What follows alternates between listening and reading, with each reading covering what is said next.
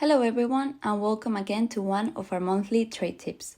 This month we will be focusing on how employment in the UK has changed after Brexit, focusing especially on how it has affected Spanish citizens wanting to work in the UK. So, can Spanish citizens work in the UK after Brexit? The answer is yes. Spanish and other EU country citizens can still work in the UK after Brexit, but they now need to apply under the skilled worker visa. Having an EU passport or national identity card only is no longer a valid proof of an EU citizen's right to work in the UK. Starting from the 1st of January of 2021, any EU citizen who is residing outside of the UK but interested in working in the country is required to have a UK skilled worker visa for the immigration request to be successful. The same Brexit rules apply to the citizens of all EU member states except Ireland and the EEA countries such as Norway, Liechtenstein and Switzerland. Please bear in mind that this only applies to non-UK citizens that wish to work in the UK. You can continue to visit the UK for up to 6 months without applying for a visa and might participate in a wide range of activities including tourism, visiting family and friends, short-term study, attend job interviews and other business-related activities such as events and conferences. Now that this is clear, let's have a close look at how the process works. In order to obtain a skilled worker visa, you need to apply through the points-based immigration system. You should begin your application on gov.uk and you will need to demonstrate that you meet the relevant criteria and score the number of points required for the visa you're applying for. You will need to pay an application fee, and if you're coming to the UK for more than 6 months, you may have to pay the Immigration Health Surcharge, will enable you to access the UK's National Health Service, NHS. Let's take a look at the qualification requirements for the skilled worker visa. You need to have the following for your skilled worker visa application to be successful. You must be able to speak, read, write, and understand English. You must already have a valid job offer from an employer who's approved by the Home Office. The job should be on the Home Office list of eligible occupations.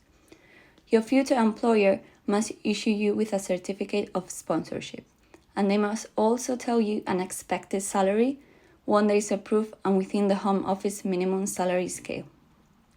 If you have all of the above, you can make an application for a UK skilled worker visa up to 3 months before your UK job starts. This is the date indicated on your certificate of sponsorship.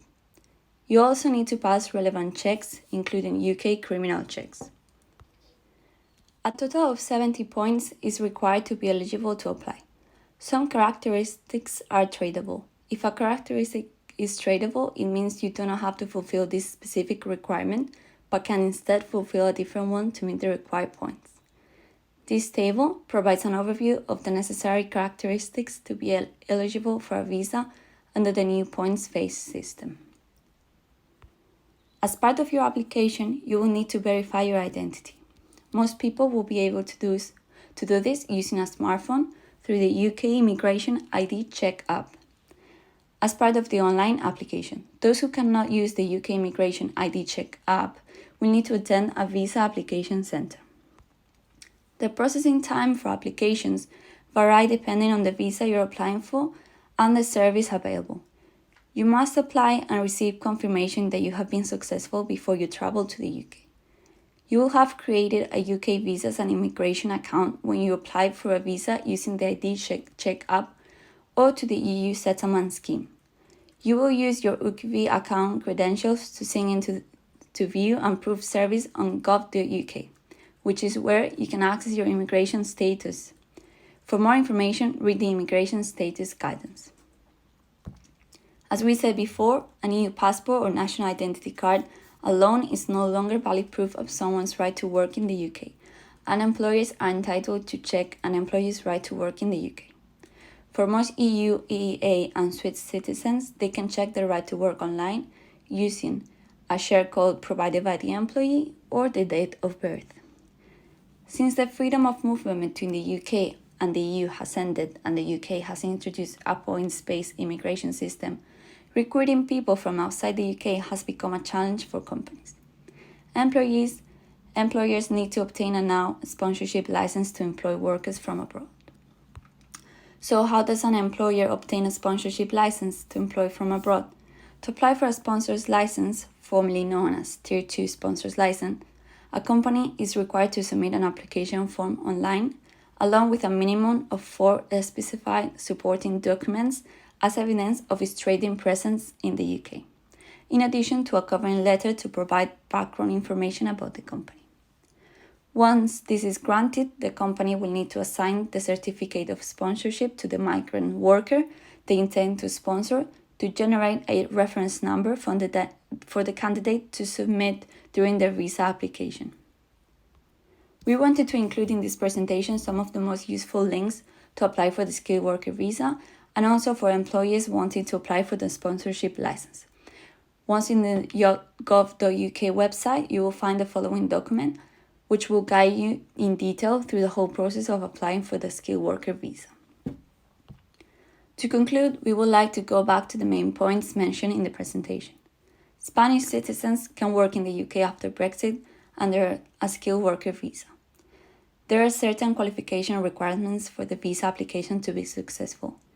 You must already have a valid job offer from an employer. Application fees and processing time should be considered when applying for a visa. UK businesses need to have a sponsor's license to hire workers from outside the UK and check the worker right to work. We've now come to the end of the presentation.